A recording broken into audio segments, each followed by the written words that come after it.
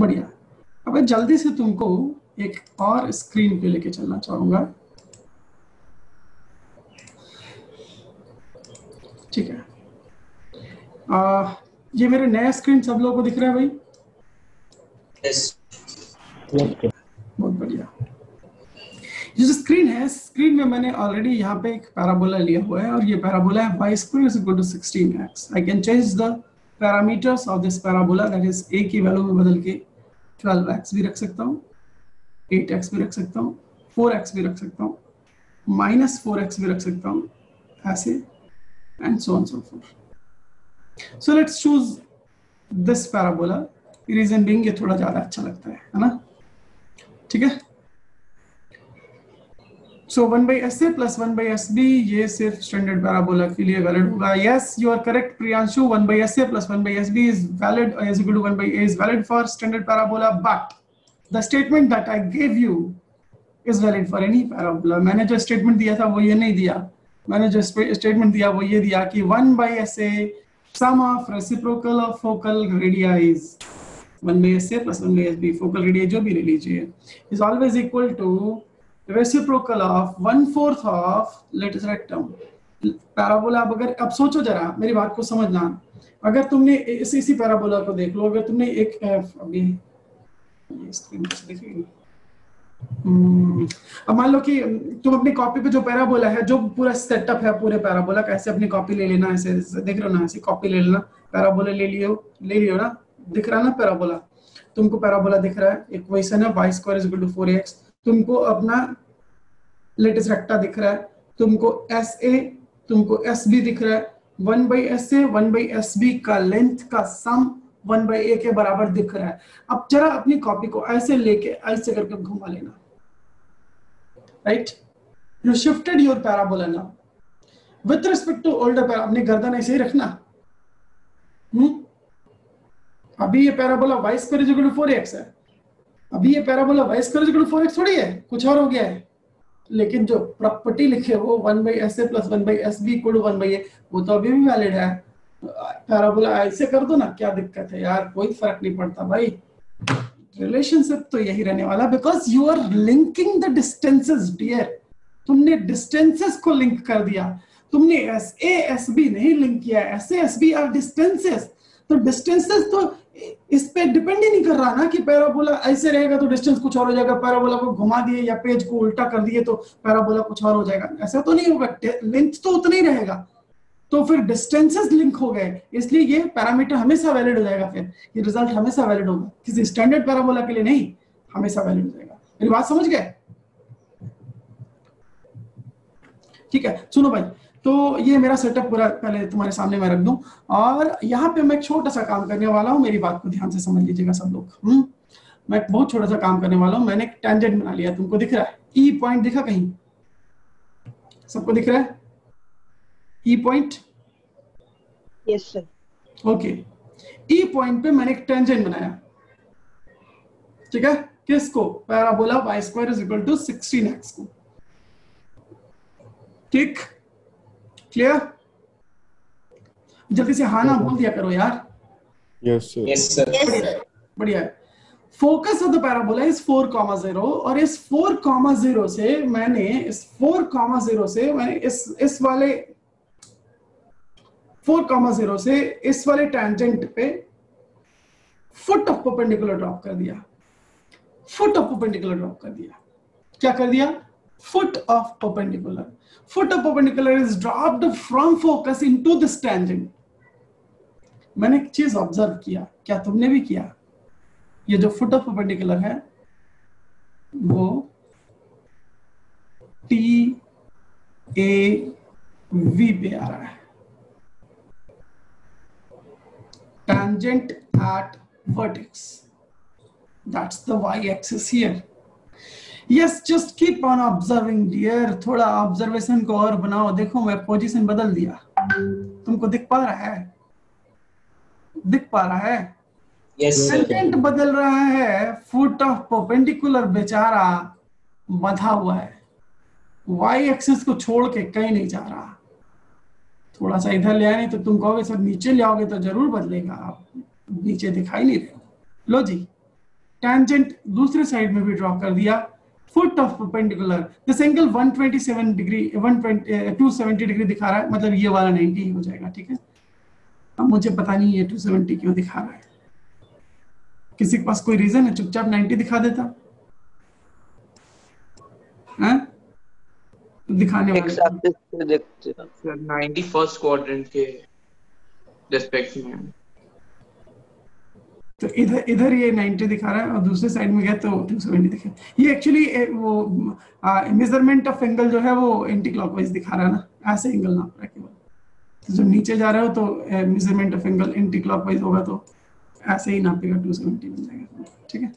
Okay, so let's play this whole lot of ranges, fine. लो जी, tangent गया infinity पे, टेंजेंट आया और टेंजेंट गया इंफिनिटी पे, but in all cases foot of perpendicular of the focus into any variable tangent always lies on the directrix, TAV। मेरी बात क्लियर हो गई सबको? So can I conclude कि foot of perpendicular of focus into any variable tangent always lies on tangent at vertex. This is my first rule. Yes, it is valid. ऐसे मानेंगे नहीं, इसको मैथमेटिकली प्रूफ करना है, करोगे तुम भी करोगे, हम भी करेंगे, टेंशन नहीं लेने का, ठीक। पहले फील कर लेने का, एकदम पूरा फील कर लेने का। फील कर लिए सब लोग? बोलो भाई, राइट? Yes sir. बढ़िया है। अब इसको हटाते हैं, दूसरी चीज भी यही कि फील करा के इकट्ठे चलेंगे। इस अरेंजमेंट में क्या किया मैंने, यहाँ पे दो परपेंडिकुलर टेंजेंट्स ले लिए गए, ठीक है। Two tangents are drawn and those two tangents are perpendicular. You will observe that the locus of point of intersection of two perpendicular tangents, locus of point of intersection of two perpendicular tangents is the directrix. See, अगर मैं इस point को थोड़ा सा change करूं, तुमको दिख रहा है टेंजेंट बदल रहे हैं, टेंजेंट के पोजीशन बदल रहे हैं, लेकिन ये दोनों टेंजेंट एक दूसरे के परपेंडिकुलर हमेशा बने हुए हैं। मैंने टेंजेंट के पोजीशंस बदल दिए, you just observe their meeting point of tangents, they are meeting at point capital C which is here, और ये हमेशा डायरेक्ट्रिक्स पे बना हुआ है, ठीक है। So this is my rule number 2। Let's have horizontal type का बनने लग जाएगा, है ना। इनफैक्ट ये पॉइंट, यस सर, ओके, ठीक है। तो ये तुमको मतलब क्लोजर कोऑर्डिनेट्स में ऐसा दिख रहा है, इन जनरल ऐसा नहीं होगा, है ना, इन जनरल ऐसा नहीं होगा। Yes sir. So these are our two conclusions, और ये conclusions मैंने ऑलरेडी स्क्रीन पे ला लिया, तो मुझे एक बार वापस अपनी स्क्रीन पे चलना चाहिए, share, okay. So yes, let's prove them first, और इनको प्रूफ करना कितना आसान है ये मैं तुमको जल्दी से करके दिखा देता हूँ। देखो भाई, हमने बहुत सारी वर्किंग जो है ना स्ट्रेट लाइन में कर रखी है, और वो सारी वर्किंग अब धीरे धीरे करके यूज होने वाली है, ध्यान से सुनना। Yes, let's talk about them. मैं वो दोनों रिजल्ट्स तुमको चाहूंगा कि तुम जल्दी से लिख लो, और मेरे दोनों रिजल्ट्स क्या हैं, पहला रिजल्ट लिखिएगा, नोट करके स्टार बना लीजिएगा। पहला वाला रिजल्ट भी ले आ देता हूं मैं कहीं से, वन लेता हूं ये,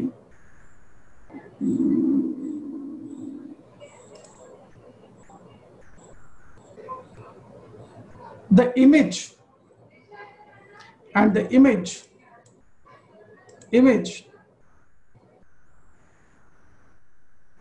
of focus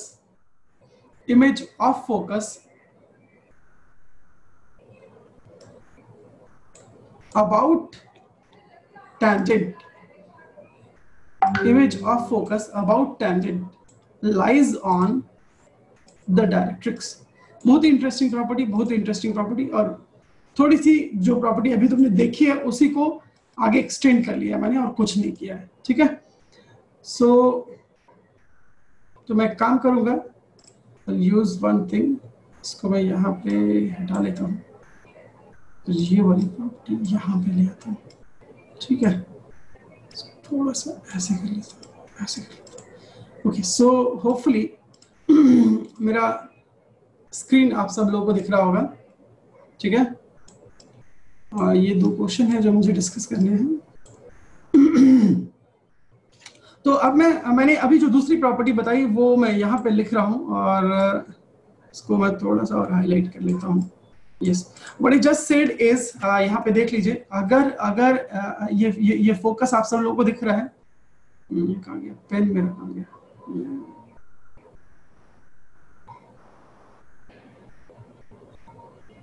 अच्छा तो ये रहा फोकस, और फोकस का इसके अबाउट जब इमेज निकालोगे ना, फुट परपेंडिकुलर तो तुमको दिख गया, जब इमेज निकालोगे ना, इमेज हमेशा डायरेक्ट्रिक्स पे आ जाएगा, image of focus.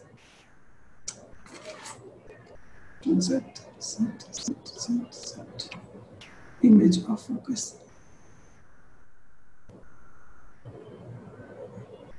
Right. So image of focus, focus का इमेज कभी भी निकालोगे वो हमेशा कहां चला जाएगा, डायरेक्ट्रिक्स पे चला जाएगा। किसी भी टेंजेंट के about image of focus always lies on the directrix. This is the next property. इसी प्रॉपर्टी 1 का दो भाई हो गया, पहला भाई तुमको दिख गया, दूसरा भाई जो है वो ये हो गया। अब ये दूसरी प्रॉपर्टी भी प्रूफ हो जाएगी, बिल्कुल आसानी से प्रूफ हो जाएगी। सबसे पहले पहली प्रॉपर्टी प्रूफ करनी है, चलिए जी जल्दी से प्रूफ कर लेते हैं पहली प्रॉपर्टी। देखिए मैंने एक जनरल टेंजेंट का कैसे लिखा, हाँ ट्राई कर रहे हैं क्या सब लोग? हो गया सर, हो गया, बढ़िया है। तो एक बार मैं भी बता देता हूँ जल्दी से। देखो भाई एक टेंजेंट का इक्वेशन लिख लिया, y = mx + a/m, और मैंने फोकस का इमेज निकालना था। एक काम कर लेते हैं, फोकस का फुट परपेंडिकुलर निकालना है, ठीक है। एक तो तरीका ये है कि फुट परपेंडिकुलर फॉर्मूला लगा लो, मत करो। मैंने कहा कि इस टेंजेंट पे लाई करने वाला कोई पॉइंट निकाल लो, ठीक है। इस टेंजेंट पे लाई करने वाला किसी पॉइंट का कोऑर्डिनेट क्या होगा, अल्फा कॉमा m अल्फा, ये पॉइंट P है अगर तो, ठीक है। Alpha comma m alpha + a/m, भाई x कोऑर्डिनेट अगर अल्फा है तो y coordinate m alpha + a/m ही तो होगा, है कि नहीं, राइट। अब मैं क्या कर रहा हूं, ये अगर ये फुट परपेंडिकुलर है तो इसका स्लोप, इस GS का स्लोप, ये S फोकस है, GS का स्लोप और इस लाइन का स्लोप का प्रोडक्ट -1 होगा। तो स्लोप ऑफ GS, इस पॉइंट को GS कह लेते हैं, या इस पॉइंट का नाम अगर P है तो चलो इसका नाम P रख दिया, तो ठीक है। तो इस PS का स्लोप, PS का स्लोप और इस लाइन का स्लोप का product -1, slope of tangent into slope of PS, 2 point form लगा के स्लोप निकाल लेते हैं, y2 - 1 x2 - x1 into slope of tangent, तो m ही है, सबको पता है, दोनों का प्रोडक्ट -1। जल्दी से इक्वेशन को सॉल्व करोगे, बेहतरीन रिजल्ट के साथ तुमको पता चलेगा alpha = 0। That's the beautiful result, beautiful, सुंदर, प्यारा सा रिजल्ट चिल्ला चिल्ला के कह रहा है कि अगर फुट ऑफ परपेंडिकुलर किसी point alpha comma m alpha + a/m पे है तो अल्फा को 0 होना पड़ेगा। अल्फा 0 होने का मतलब क्या होता है, y axis, right, clear, yes sir. Perfect. आगे बढ़ते हैं, थोड़ा सा आगे बढ़ते हैं,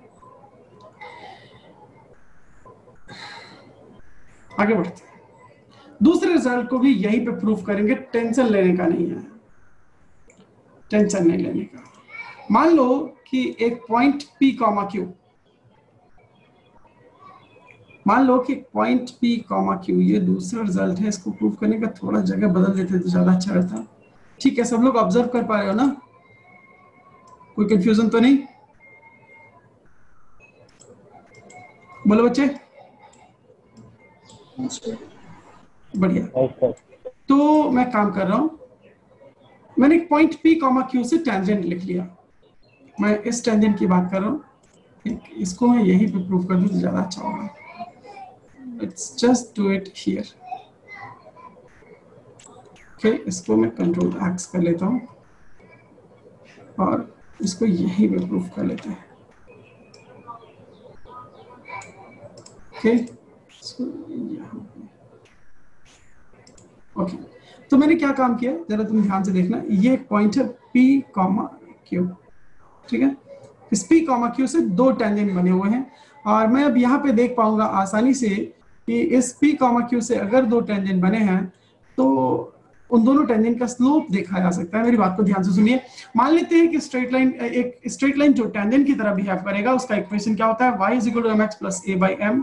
यहाँ से बहुत ही अच्छी सी चीज तुम्हारे सामने आने वाली है, बस ध्यान से सुनते रहना। कई सारी चीजें एक साथ लिंक होने वाली है, बहुत ध्यान से सुनना भाई। y = mx + a/m is the equation of tangent and you all know that, right?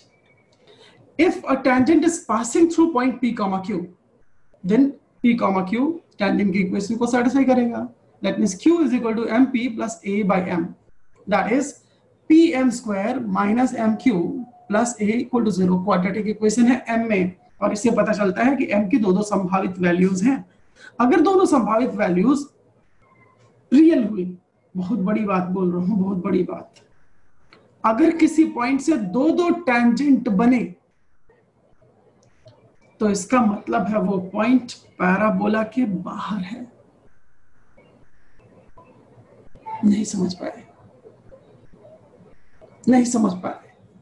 अगर किसी पॉइंट से पैराबोला पे दो टेंजेंट तुम बना पा रहे हो तो only possibility is that your point is outside the parabola. इसका मतलब है अगर किसी पॉइंट P, Q से दो टेंजेंट बन रहे हैं, या दूसरे शब्दों में कहो कि अगर कोई पॉइंट पैराबोला के बाहर लाई कर रहा है तो इस क्वाड्रेटिक इक्वेशन 1 का दो रियल रूट होना चाहिए। दैट मींस इस क्वाड्रेटिक इक्वेशन का डिस्क्रिमिनेंट ग्रेटर देन 0 होना चाहिए। डिस्क्रिमिनेंट इसका क्या है भैया, q² - 4ap, यही तो होता है b² - 4ac, b² - 4ac, यही तो होता है। बोलो बोलो भाई, क्या बोल दिया मैंने, तुम सोचो जरा, कुछ देर तक सोचो तो समझ में आ जाएगा। मैंने कहा किसी पॉइंट का लोकेशन जानना है, इस क्वाड्रेटिक इक्वेशन पे आओ। किसी पॉइंट का लोकेशन जानना है पैराबोला के रिस्पेक्ट में, इस क्वाड्रेटिक इक्वेशन को देखो। इसके दो रूट होंगे तो पॉइंट बाहर होगा, इसके एक रूट होंगे तो पॉइंट पैराबोला पे ही होगा, और इसका कोई रूट नहीं होगा तो पॉइंट पैराबोला के अंदर बैठा होगा। कितने लोगों को यह बात समझ में आ गई? जल्दी से हाथ उठा के बताइए। Location of a point with respect to parabola and analysis is with the equation, quadratic equation in slopes of those tangents. Pair of tangents बन रहे हैं, असल में दो टेंजेंट है ना। ठीक है, मैं थोड़ा सा एलोबरेट करके चीजों को दिखाना चाह रहा हूं। यहाँ पे फिलहाल हमारा जो पॉइंट था वो ये कि जो दो टेंजेंट्स बने हैं वो दोनों परपेंडिकुलर हैं। इसका मतलब m1 × m2 दोनों के स्लोप्स का प्रोडक्ट -1 होना चाहिए। प्रोडक्ट ऑफ रूट होता है a/p, a/p की वैल्यू -1 होनी चाहिए। बोलो बच्चे, इसका मतलब p = -a, इसका मतलब p = -a। p मतलब x कोऑर्डिनेट, x कोऑर्डिनेट, तुम्हारे पॉइंट का x कोऑर्डिनेट -a होगा। इसका मतलब तुम्हारा point P, Q lies on directrix, isn't it? Isn't it? Isn't it? बोलो भाई। Yes sir. ठीक है, तो अब मैं जो चीजें बताया हूं वो सारी चीजें एक बार समराइज कर रहा हूं, तुम ध्यान से सुनते रहना। मैं भी ध्यान कर रहा हूं, बता रहा हूं तुमको। देखो भाई, पैराबोला के फोकस का किसी भी टेंजेंट के अबाउट इमेज अगर लोगे तो वो डायरेक्ट्रिक्स पे चला आएगा। पैराबोला के फोकस का किसी भी टेंजेंट पे foot of perpendicular tangent at vertex पे आ जाएगा। पैराबोला पे अगर किसी पॉइंट से दो टेंजेंट बनाए जा रहे हैं, पैराबोला पे अगर किसी पॉइंट से दो टेंजेंट बनाए जा रहे हैं और वो दोनों टेंजेंट परपेंडिकुलर हैं तो पॉइंट हमेशा डायरेक्ट्रिक्स पे होगा। दूसरे शब्दों में अल्टरनेटिवली इसको ऐसा कहिए कि पैराबोला के डायरेक्ट्रिक्स से पैराबोला पे हमेशा दो परपेंडिकुलर टेंजेंट्स बनाए जा सकते हैं। This is the alternate language. मैं बोल रहा हूं फिर से, through any point on the directrix of the parabola we can always draw two tangents to the parabola. There is a beautiful reason why it is called directrix, and this is the reason. Directrix क्यों कहा जाता है मालूम है? Actually वो director circle है। Director circle है, समझे? डायरेक्टर सर्कल भैया, डायरेक्टर सर्कल। अब तुम कहोगे डायरेक्टर सर्कल ऑफ पैराबोला क्या होता है, मैं बोलूंगा डायरेक्टर सर्कल ऑफ पैराबोला क्या होता है, डायरेक्ट्रिक्स होता है। कुछ ज्यादा बड़ी बात बोल दी। What is the director circle? Can you define director circle? Circle तो पढ़ चुके हो, सर्कल में डायरेक्टर सर्कल क्या होता है बताओ तो जरा। सर्कल का डायरेक्टर सर्कल इसका रेडियस √2r है, √2r आता है, और वो असल में दोनों टेंजेंट परपेंडिकुलर होते हैं। Locus of point of intersection of दो परपेंडिकुलर टेंजेंट्स। ऐसा मैंने दिखाया था कि एक सर्कल पे दो रॉड ऐसे परपेंडिकुलर करके इसको छू दीजिए सर्कल को, अब उसके बाद ऐसे घूमते रहिए पूरे सर्कल के अराउंड। ये सर्कल, ये सर्कुलर वो है, और तुमने एक रॉड लिया ऐसा और एक रॉड लिया ऐसा ऐसा, और ये दोनों रॉड एक दूसरे के परपेंडिकुलर हैं, तो ये जो इनका पॉइंट ऑफ इंटरसेक्शन है, दीज आर परपेंडिकुलर टेंजेंट्स हो गए, तो जो भी इनका पॉइंट ऑफ इंटरसेक्शन है वो किस पे मूव करेगा, that will move on director circle, right? है कि नहीं? ये जो दूसरा वाला सर्कल बन रहा है इस केस में इसको डायरेक्टर सर्कल कहते हैं। तो डायरेक्टर सर्कल का जनरल डेफिनेशन ये होता है कि locus of point of intersection of perpendicular tangents. तो पैराबोला में आ जाइए, अब वापस सब छोड़ दीजिए, भूल जाइए सब कुछ, अब पैराबोला में आइए। फिर से मैं पूछूंगा, एक पैराबोला है, उस पर दो टेंजेंट बनाए गए, दोनों टेंजेंट परपेंडिकुलर हैं। फिर से सवाल, locus of point of intersection of two perpendicular tangents drawn to a parabola, क्या होगा? डायरेक्टर सर्कल होगा, और क्या होगा? क्योंकि डेफिनेशन ही होता है, दो परपेंडिकुलर टेंजेंट्स का जो पॉइंट ऑफ इंटरसेक्शन होगा उसको डायरेक्टर सर्कल कहेंगे। अब नसीब की बात है, अब ये नसीब की बात है, पैराबोला बेचारे को डायरेक्टर सर्कल मिल नहीं पाया, क्योंकि डायरेक्टर सर्कल इसका डायरेक्ट्रिक्स बन जाता है। इस डायरेक्ट्रिक्स को दूसरे शब्दों में थोड़े से हायर स्टडीज में और इन्वॉल्व तरीके से जब लोग इसको एनालिसिस करते हैं तो लोग कहते हैं डायरेक्ट्रिक्स को degenerate circle. This is where the word degenerate comes in picture, है ना? तो कहते हैं सर इस स्ट्रेट लाइन को आप सर्कल बोल रहे हो, मतलब हमको उल्लू समझ रखे हो एकदम से, है? 10 सर्कल पढ़े हैं इतना मन लगा के, अब आप आके कह दिए स्ट्रेट लाइन ही सर्कल होता है, ऐसे कैसे कह दोगे? तो भाई ये सर्कल नहीं है, इसको कहेंगे degenerate circle, right? The straight line which is directrix is a degenerate type circle, right? So ideally ये सर्कल नहीं है, इसको degenerate इसीलिए कहा जा रहा है क्योंकि जनरेट ही नहीं हो पाया, सर्कल बन ही नहीं पाया, तो क्या करें? कोशिश कर रहा था बेचारा कि हम डायरेक्टर सर्कल बनेंगे, बन नहीं पाया, रह गया स्ट्रेट लाइन, तो क्या करा जाए? डायरेक्ट्रिक्स है। क्लियर है मेरी बात? बोलो बच्चों। Yes sir. राइट। अब बहुत ही बेहतरीन तरीके से हम तुम्हारे सामने इसको प्रूफ कर चुके हैं, ये प्रीवियस प्रॉपर्टी भी प्रूफ हो गई थी, image of focus about any tangent भी प्रूफ हो चुका है। अब मैं तुम्हारे सामने एक बेहतरीन वाला सवाल लाने वाला हूं, मैं कह रहा हूं दुनिया हिला देगा ये, है ना? क्योंकि जो ये प्रॉपर्टी नहीं यूज करेगा निपट जाएगा बुरी तरीके से निपट जाएगा, कुछ हो ही नहीं सकता उसका, है ना? जो प्रॉपर्टी यूज करेगा एकदम से सॉलिड जू चुटकी में सवाल आएगा, सॉल्व कर देना जरा। क्वेश्चन ये लाल पेन से यहाँ लिखा हुआ है, थोड़ा सा ऊपर कर दे क्या, ज्यादा अच्छा रहेगा। Yes, this is the question, please try to solve it, जल्दी से सॉल्व करिए।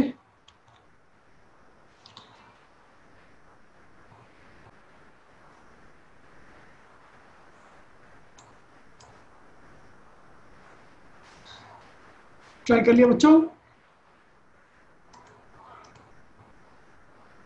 Yes, sir. Yes, sir. What is the answer? What is the answer, बच्चों? Sir, y equals 2x minus 13. Y equal to 2x minus 13. Perfect. अब जरा सोचो, ध्यान देना, ये पैराबोला, जो भी पैराबोला होगा, इस क्वेश्चन में जो भी पैराबोला है, the parabola is no more the standard parabola y square is equal to 4ax. If you start using y square is equal to 4ax, you are trapped. तुम बुरी तरीके से ट्रैप हो जाओगे, क्योंकि पैराबोला स्टैंडर्ड पैराबोला है ही नहीं बच्चों। पैराबोला तो एकदम से जनरल अजीबो गरीब पैराबोला, किधर भी मुंह घुमाया होगा तुम्हें उसके मुंह से कुछ लेना ही देना नहीं है। तुम कहोगे भैया तुम्हारा टेंजेंट है, तो कहेगा हाँ जी टेंजेंट तो दे दिया मैंने, तुम बोलोगे चलो बड़ा अच्छा काम किया। अब बोलो तुमको फोकस दिया है, वो बोलेगा हाँ फोकस भी दिया है, और बोलो और क्या चाहिए? तुम कहोगे बस टेंजेंट फोकस दे दो, बाकी दिमाग लगाने की जरूरत नहीं है, हम लगा लेंगे, दिमाग तो बहुत तेज लगाते हैं, है ना?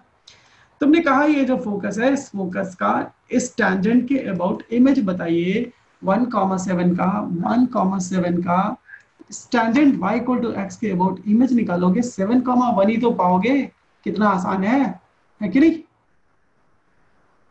राइट अब ये जो 7,1 है ये डायरेक्ट्रिक्स पे लाई कर रहा है और हमारा डायरेक्ट्रिक्स एक और पॉइंट से जा रहा था, डायरेक्ट्रिक्स इसके पैरेलल था, तो स्लोप ऑफ द डायरेक्ट्रिक्स जो है वो 2 दिया हुआ है, स्लोप 2 दे दिया और जा रहा है 1,7 पॉइंट से। अरे ना जी 7,1 पॉइंट से, लो जी इक्वेशन निकल गया भाई, स्लोप पॉइंट फॉर्म है कि नहीं? सबने यही किया? जल्दी से मुझे हाथ उठा के बताइए किसका ये क्वेश्चन सॉल्व हो गया। और मैं बता रहा हूँ अच्छे लोग छोटे से क्वेश्चन में एकदम से बुरी तरीके से परेशान हो जाएंगे। If somebody is not aware of the result he will be simply trapped, है ना? और वो कहेगा सर एक टेंजेंट लिख लेते हैं y equal to mx plus a by m, उसको ऐसे करेंगे, ये करेंगे, वो करेंगे, कुछ नहीं होगा, कोई फायदा नहीं है। ठीक है, तो जो फायदा होना है वो केवल इसी से होना है। You have to move through this, आपको इमेज देखना ही पड़ेगा, बिना इसके काम नहीं चलेगा।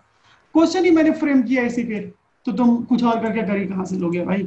जब क्वेश्चन ही बनाया मैंने, यही सोच के क्वेश्चन डिजाइन किया मैंने कि जो बच्चा ये यूज करेगा वही क्वेश्चन सॉल्व कर पाएगा। ठीक है, आगे बढ़ते हैं, एक और क्वेश्चन तुम्हारे लिए। यस, इसको मैं दिखाऊंगा। नहीं, find the angle between tangents drawn to the parabola y square is equal to 8x from the point -3,1। ठीक है, जल्दी से सब लोग अपने अपने कैलकुलेशन करके मुझे आंसर बताइए। आंसर पर्सनल चैट पे भेजिए। Krishna y equal to 2x plus 35 कैसे आ गया यार? कैलकुलेशन एक बार देखना सर, कैलकुलेशन मिस्टेक कर दीजिए। ठीक है, तो उसको करेक्ट करिए ना अभी। Yes sir. Right, now move to the next question.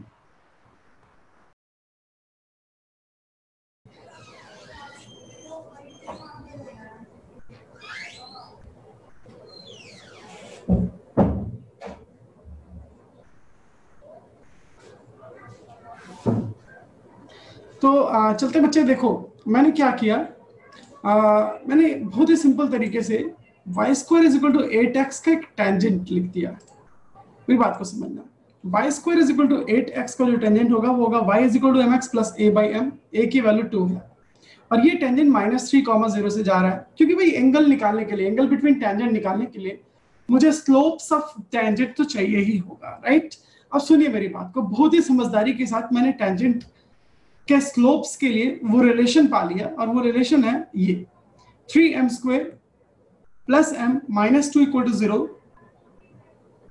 वो क्वाड्रेटिक इक्वेशन है जिसके दो रूट्स होने वाले हैं, एक रूट पहले टेंजेंट का स्लोप बताएगा, दूसरा रूट दूसरे टेंजेंट का स्लोप बताएगा। इतनी बात किन किन बच्चों को समझ में आ गई? जल्दी से हाथ उठा दीजिए, जल्दी से हाथ उठाइए। ओके फाइन, सो अब मेरे सामने दो रास्ते हैं। मैं इस क्वाड्रेटिक इक्वेशन को सॉल्व करके m1 निकाल लूं और m2 निकाल लूं और उसके बाद m1 minus m2 divided by 1 plus m1 m2 कर लूं, या दूसरा तरीका काम कर लूं।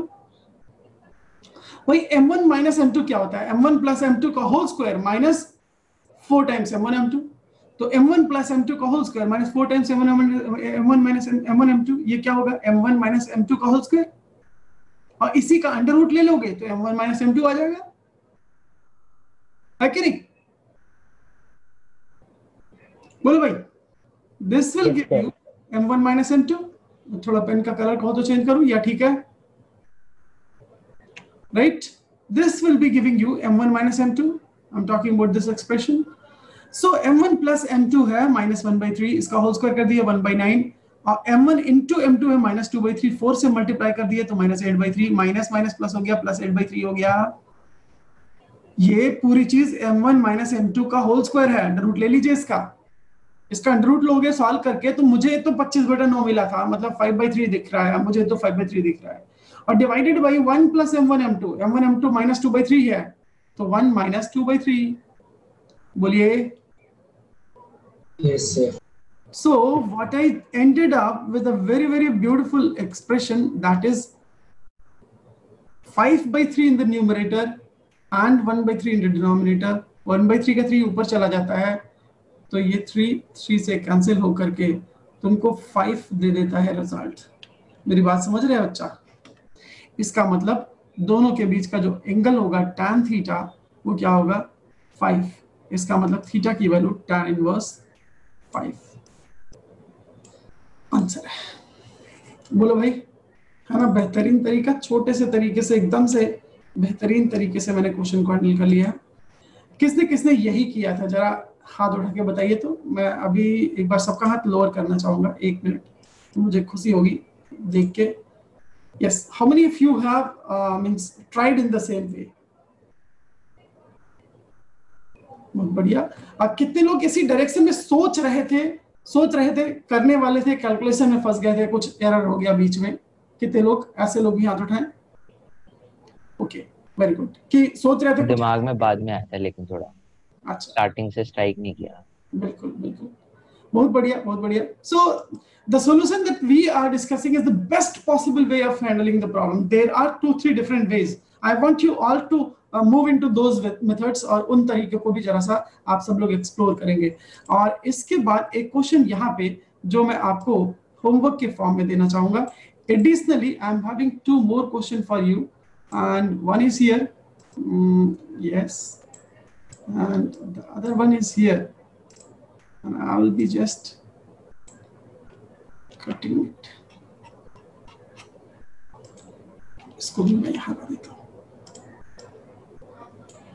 1 question, 2 question, 3 question. So this is your homework. Problem number 1, problem number 2, problem number 3,